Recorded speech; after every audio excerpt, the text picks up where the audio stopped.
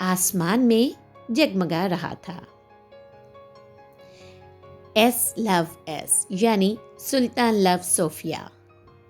इतनी खूबसूरत एंट्री देखते हुए रोशनी की आंखों के सामने नवाब विला में अपनी एंट्री का सीन चलने लगा। कैसे कैसे उसे नवाब सुल्तान ने घसीटते और खींचते हुए, मनहूस कहते हुए फेंका था।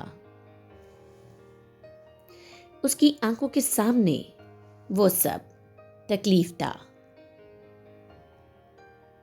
सीन चलने लगे। उसकी आंखों के सामने वो सब तकलीफदा सीन चलने लगे।